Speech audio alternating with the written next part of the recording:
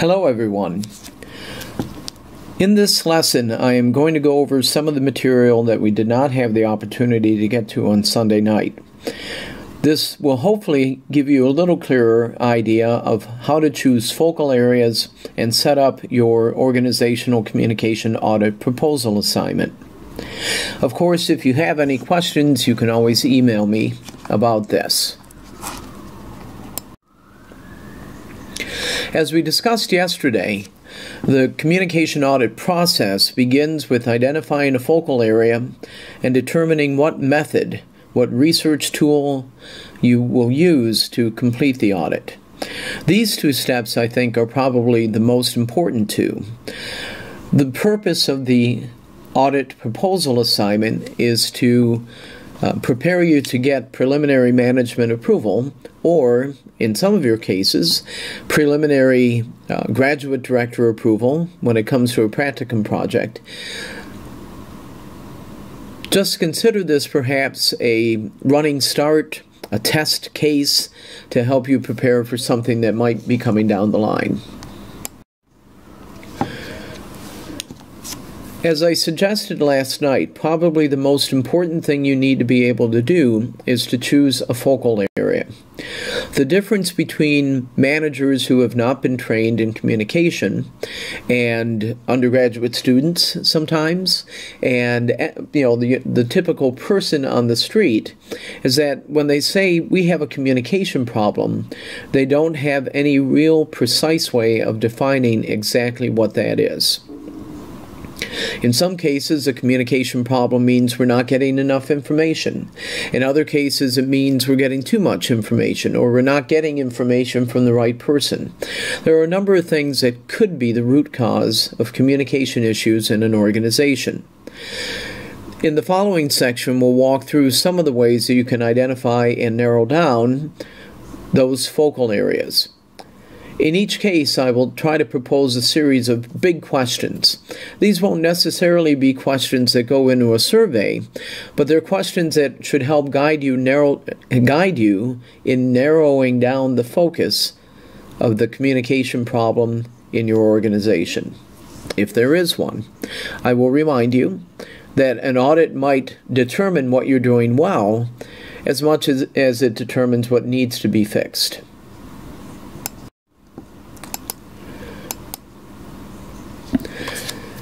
The other day, we reviewed the communication model, which most of you were familiar with. I don't need to review it now, but I will ask you to consider it again as a way of narrowing down the focal areas for a communication audit. In most cases, the components of the main model of communication, sender and receivers, messages, channels, and effects, are the things that get audited in an organization. Of course, everything happens in a context, and as we learned this weekend, the cultural context, the symbolic context of an organization is part of what goes into making the communication and work experience better or worse. For the most part, we'll concentrate on the things that are part of the main model. So first we'll begin by looking at the various things that can also come from the frames that we examined this weekend. As you may have deduced from our discussion of the frames, each of the ways of looking at organizations can help us determine or helps focus on various aspects of the communication model. So for instance, the structural frame focuses on message flow, the kind of information that people are getting, the channels that are used, and so on. Again, this is not a complete list, but it is to suggest that the way that you, or in most cases managers, look at organizations using the predominant frames influences what they also look at when they think of communication problems. So let's begin looking at the communication model by thinking about source. Again, these are big questions that you can ask about the source, and you might be able to, and that might lead to more specific questions that go in a particular communication audit survey. So for instance, you might ask employees who they get their information from. Is it coworkers, their manager, the CEO, people who report to them, customers? Again, there's nothing wrong with any of these sources, but it is helpful to determine where the information is coming from. A second related question is how much they trust the sources of information they get. As I mentioned in class on Sunday, there are a number of research studies that suggest workers trust people like them and their most immediate supervisor.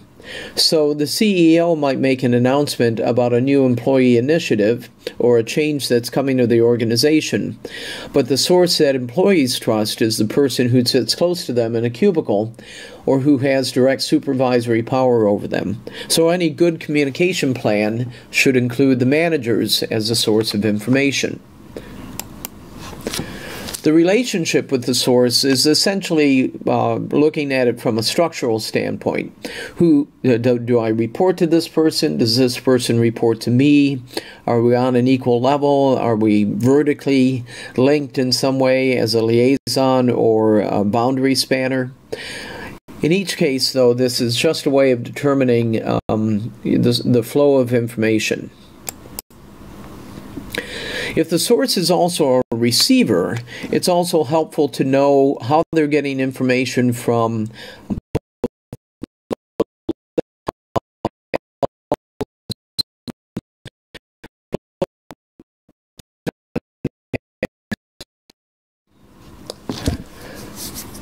With regard to questions about receivers, this has to do with not only the flow of information, but also what they know and whether or not the communication is influencing their attitudes toward work and other people in the organization. For the people planning communication, it's helpful to know who their receivers actually are. Is it everybody in the organization, people in their unit, other people they need to report to, etc.? Are these people paying attention to the messages that are sent out? Do they open their email, for instance? Some email programs allow you to identify who has actually opened email and not. Are they reading the message? And if so, how long are they attending to it? There are some web-based programs and intranet programs that, again, allow you to track how long people spend with a message. What are they thinking about? This big question leads to some open-ended questions about issues or concerns or good ideas that the people that are receiving your messages might have. It is one thing to make sure that they're seeing the message and responding to it, but it's another thing to try to identify if the messages are addressing concerns that they have. So if you send out a message about the company's football team and you do a survey and people are saying, well, what we really want is information about our new benefits plan, then you know that you're sending out the wrong information to your receivers. This is also a particularly good question to solicit employee feedback, suggestions and ideas that might actually help the organization. Next question is where we get into questions of attitude, such as satisfaction. Are you satisfied about the messages you get, the work that you do, the company, you as a supervisor sending this out? Related, attitudes are feelings generally that people have. Lynn probably gave you a more precise definition of attitudes. Beliefs are things that people think are true. They might actually be true, but then again they might not be. So This is also a good general question to ask when you want to be sure that people understand new policies, new procedures, the mission statement of the organization, and so on. So again, you do some communication around a new employee benefits program, and then some weeks later you send out a survey to ask people what they remember about the benefits program, whether they qualify for certain kinds of benefits or not. The answers to those questions might determine the extent to which people are getting the information and understanding what it is you've said. There are a number of questions you can ask about messages, but some of the most important ones are people, again, attending to the messages that you're sending. Do they open them? Do they pay attention to them, etc.? Do they remember your message? So again, a few weeks after sending out an announcement about a new program, you might want to assess whether or not people are actually remembering the details of that program. Do people understand it? In a way similar to what professors do when we seek to understand whether you are getting are understanding the information in a class, we sometimes give quizzes. To a certain extent, this is a way that you can determine whether or not your receivers are understanding the content of the messages that you send.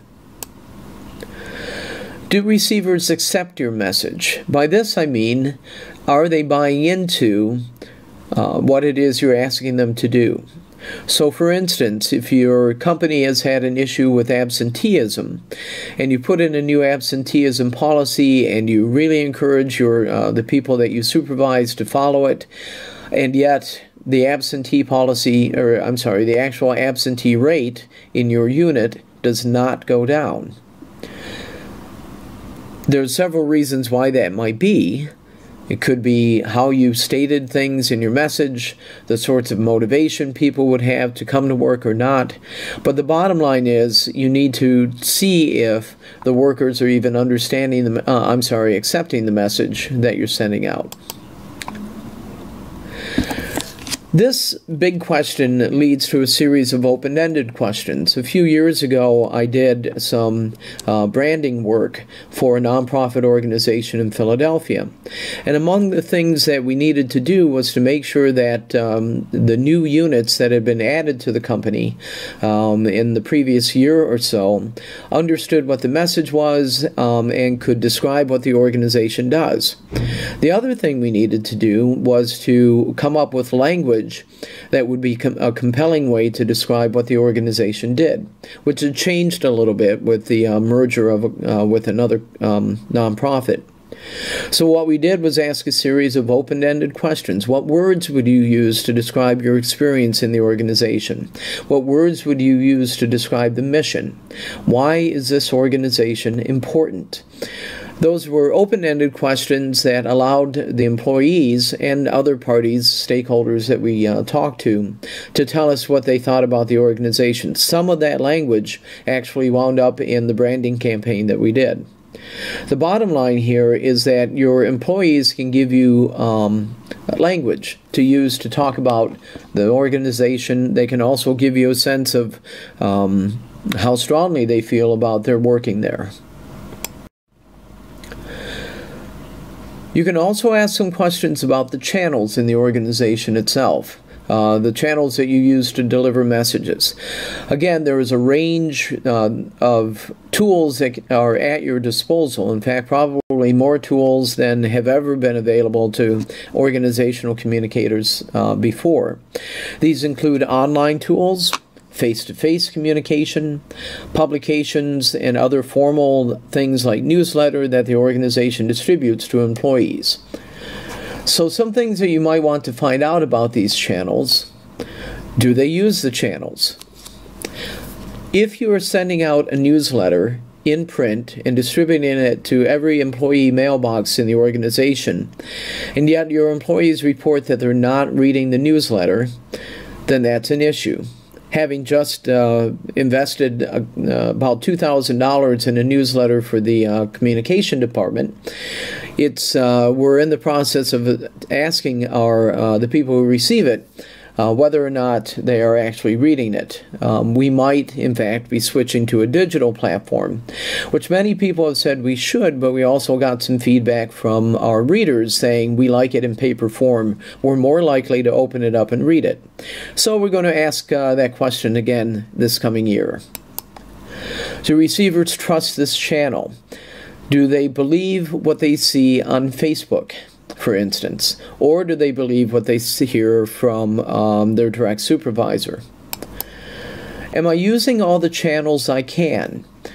I was quite surprised when I did this work for the nonprofit organization a few years ago when we were doing some focus groups of the network of smaller organizations that this nonprofit supported.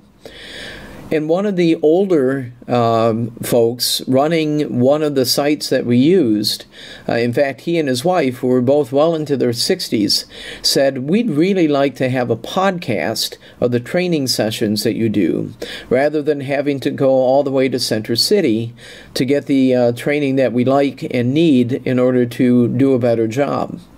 So here was a middle-aged and a little older couple saying we'd like something newer and better than face-to-face trainings. So asking the people who are on the network of your organization what channels they like, and then brainstorming, testing new channels. Particularly with all the social media channels that are being adjusted for businesses now, there are new and interesting ways of connecting with employees that haven't really been tested. Am I sending the right messages through the right channels I'm using? This has to do more with the content of the messages than what channel you're using. But if you have a very large report and you're trying to email people that very large report, it might not be the best use of bandwidth to do that. So there are, again, a number of different ways you could distribute that report, and that's something that you might want to consider.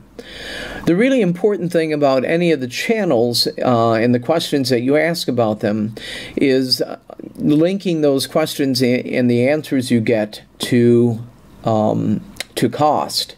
Sending out a newsletter via mail, snail mail, can be a very costly proposition.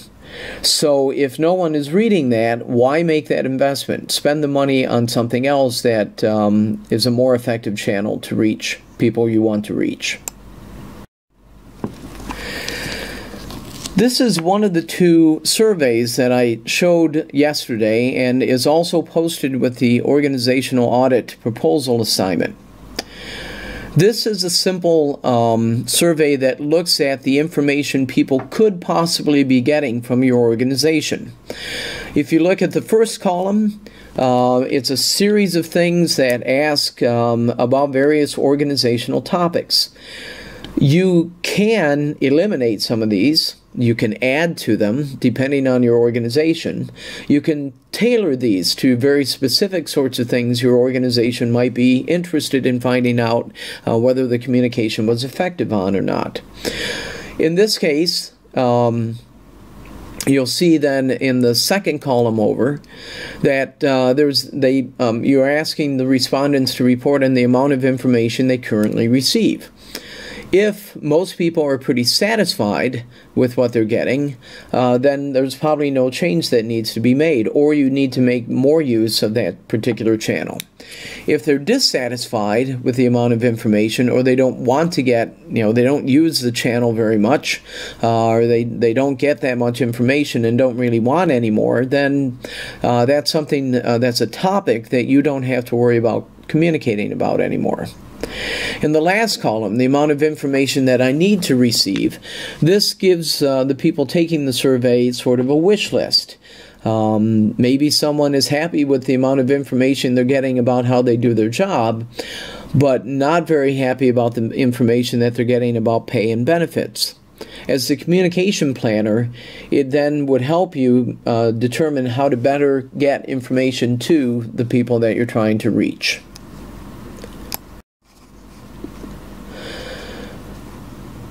The final set of questions then for the focal areas are questions about effects.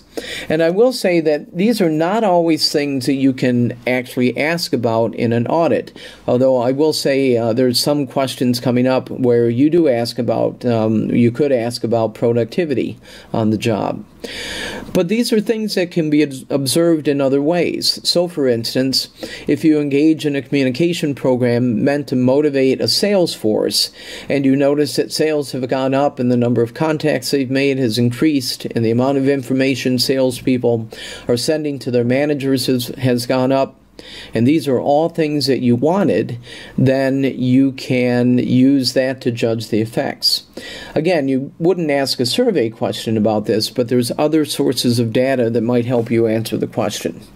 So some of the things that typically are things that are looked at as in terms of effects is the connection between communication and satisfaction, productivity, employee engagement, how often people are talking back with the organization, and so on.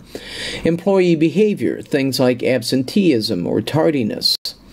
Improved profits, and I have profits in quotation marks. One of the things that communication professionals need to understand is that while they can do a lot of things to help an organization be more profitable, the ultimate outcome, being profitable, sometimes is beyond the grasp of any communication that you put together.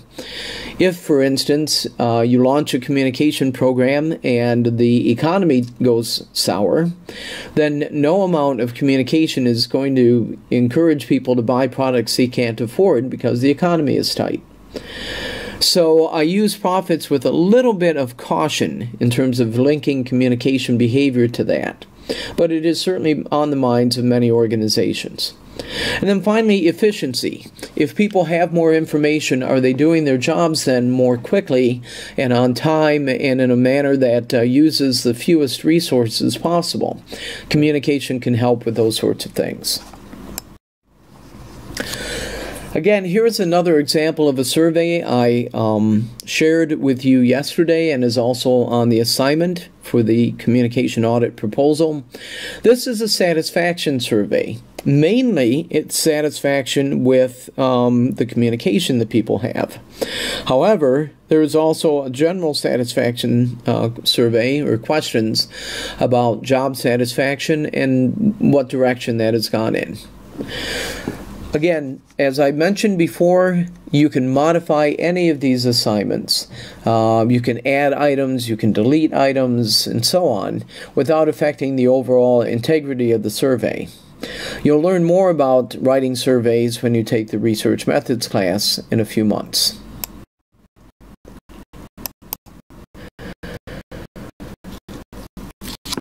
The last thing that you can look for connections on, and this has a little bit to do with communication effects, is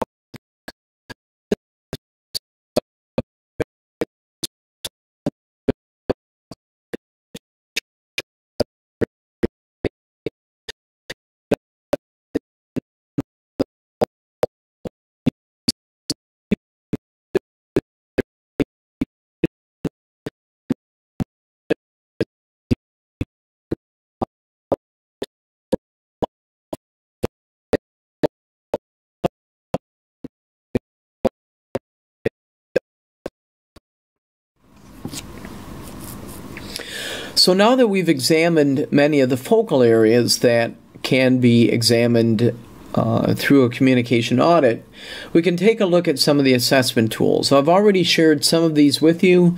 The Downs readings suggest a couple more, and there are a number of things available online as you determine the focal area that you can basically search for. The most common assessment tools are surveys, and again, I've shown you a little bit of a couple of samples of what those are. Both information mapping surveys, where they get information from and what information they get, as well as satisfaction surveys with the kinds of channels and sources of information they have. Another thing that can be done is interviews with key employees and key managers and people throughout the organization. Again, interviews has sort of a narrow definition in this case, and that is talking one-on-one with generally one other person or maybe a couple of other people. This, if you're trying to get, say, several hundred people in your organization, is not the most efficient way of gathering information. A related tool, then, are focus groups. Focus groups are representative groupings of people from the organization. You try to get representation from all different levels in the organization or with all different jobs in the organization, particularly if there's a case of management and labor where they might be very interested in very different things. Excuse me. Focus groups are basically extended interviews with a very scripted sort of protocol for making sure that everybody in the focus groups hears the same question. I'll also say that you need to do a number of focus groups in order to get a clear picture of an organization. So focus groups are not one and done, but generally happen in waves so that you can ultimately get to most people in an organization, or at least a representative sample of them.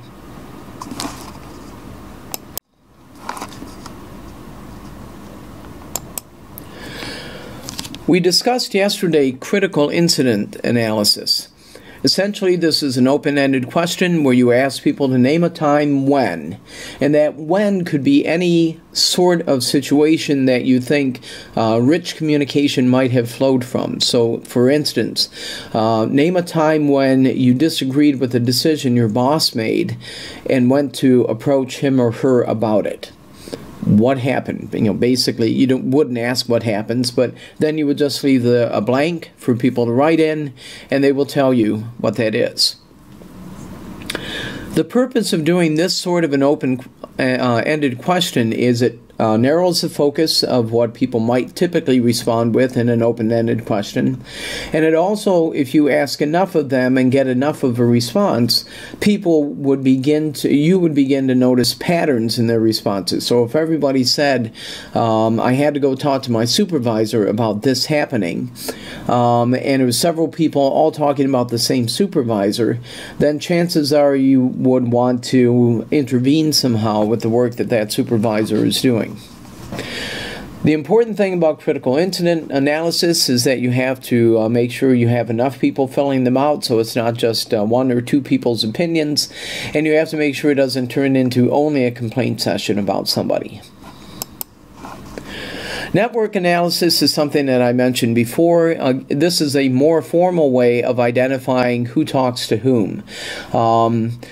There's a whole strand of organizational communication research that looks at how people are connected to each other in an organization.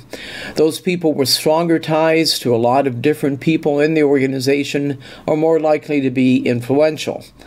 Those people who have very little connection to anybody else in the organization might be less influential, but they might possess some information or something that people need, and so therefore they should probably be included somehow in the networks that are there.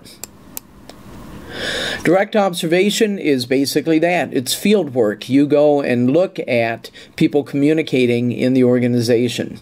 With the nonprofit I mentioned, I actually sat in on several of the meetings that the management had with employees just to get a sense of how people were reacting to various projects that the nonprofit was taking on. And it was interesting to see how people reacted and to be able to provide that insight to the client. Document review is essentially looking at things like meeting minutes, organizational newsletters, website reviews, I think I may have already said meeting minutes, press releases, annual reports, whatever might help lead you to addressing the issue that you're discovering through the communication audit. There is some statistical information that might already be there. Maybe there was a satisfaction survey done some time ago. As I mentioned before, you can also look at organizational outcomes, such as sales and the level of complaints that people might have, or feedback about your product or organization that have been gathered into a statistical form and can be reported out as part of the audit process. I mentioned this before, but I think it's important that many of the digital media platforms that we use already have built-in tools that help you analyze them. We often use these in long-distance communication with folks. We use them with email distribution. There are a couple of services in the United States that allow you to track pretty extensively who's reading your email, who opens the email, how long they spend with the email, and whether they take any other action with that. That's all very helpful information in terms of analyzing the tools and things that you have. You're not actually going to do an audit, but I think it's important to understand what the end product might be, the audit report. So I'm just briefly going to discuss a few things related to that, and then we'll wrap up soon. The key to research is the analysis that goes on. So in your audit proposals, you're just basically going to say, I'm going to do a survey about this. Once you conducted the survey and or focus groups or any other method you used, you would have to gather that data and make sense of it. Are there patterns you're noticing, either for good or for bad? Is there anything dangerous that shows up in the surveys that you're getting? That would be, something you'd want to take immediate action for. Say, for instance, my boss is stalking me. Are there trends that reinforce or don't reinforce a decision that the organization made recently? All of those things give you information that you can then pass along in the form of recommendations to a boss. So good analysis looks for strengths and weaknesses within the organization. You look for trends and tendencies. What are some things that are repeating over and over again? When I read some of the critical incident reports of the nonprofit I've worked with before, many of them mentioned the same thing over and over again, either in words, how they described quite nicely the organization, or in other things that they said in terms of its focus on the people it served that really helped to shape the messages that we put out. Providing recommendations for interventions, and that third bullet point, I guess, fourth bullet point should have been indented. But an intervention is basically something that you or the organization does to prevent something from happening, to reduce the destruction from something happening, and other ways that are done to correct a situation. There are a number of possible categories of interventions. First, the changes in how you communicate. Do you need to make changes in your communication program in order to address some of the things that came up in an audit? Changes in the content of the messages. Are people not getting the information they need? Do you flood people's inboxes with jokes or cute, cuddly cat pictures? If so, that might not be the kind of information people are really looking for. Then the second thing is changes in the content. Actually, I did just sort of talk a little bit about that. Changes maybe in how you communicate. You've been using that email newsletter for 10 years and you're really proud of it, but nobody reads it. What changes can you make in order to help people get the information? And then the final thing there in terms of intervention is training, development, information. If people are not happy with the quality of memos that are being written to convey instructions, then perhaps people need some training in how to write a memo. If you're not satisfied with how the spotlights on the special event worked and whether or not planning a special event is your strong suit, well, maybe training on how to plan a special event might be in your future. But the interventions really are the key part of moving from just having data to actually having suggestions on how to use it. The other thing that you need to do is report the results to management. This includes, the straight-up findings as well as any appendices you want to add. The challenge here is that if you find something bad that's going on in the organization, then that is something you need to report. You need to report everything that you found in the analysis, the good, the bad, and the ugly. More often I've seen ugly than I have the good and the bad. I mentioned in class finding out about that the bank employees really thought the bosses were trying to harass them sexually. That was a very difficult conversation to have with management. One of the bank vice presidents got it and said, look, we do need to do better, and tried to help out. But the other two folks not only ignored it, but did a lot of things to actively sort of suppress the complaints that women had about how they were treated. As you might imagine, none of this went over particularly well.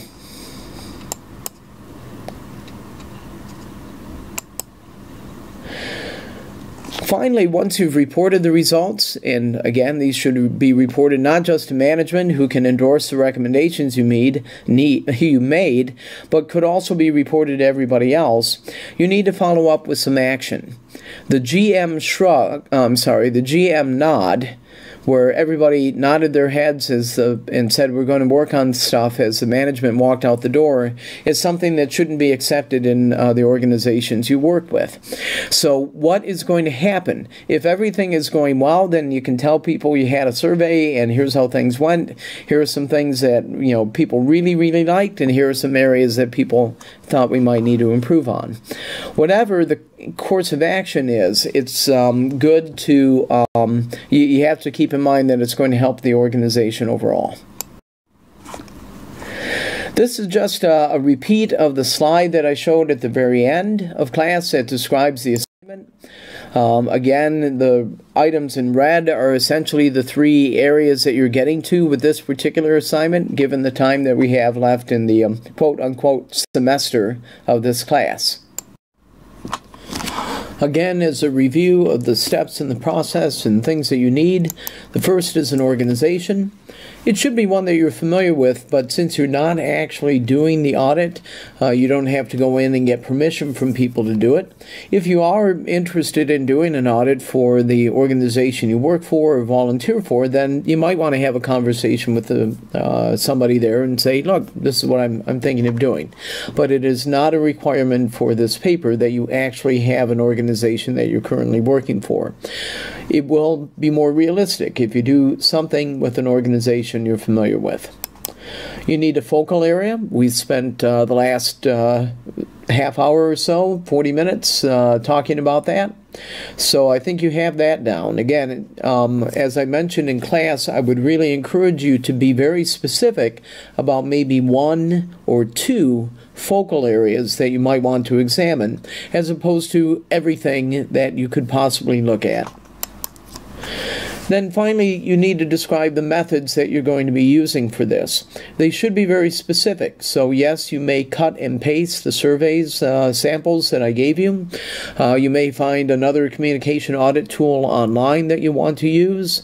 You may create your own survey or a series of questions that you would ask in a focus group. The bottom line, though, is that if you were to actually try to get approval for this, from someone in the organization, they would want to know the kinds of questions that you're asking. Again, sometimes managers are a little afraid, are a little suspicious about what an audit might reveal, and so they're going to want to approve the kinds of things that you're going to be asking about. I certainly hope that this helps you with the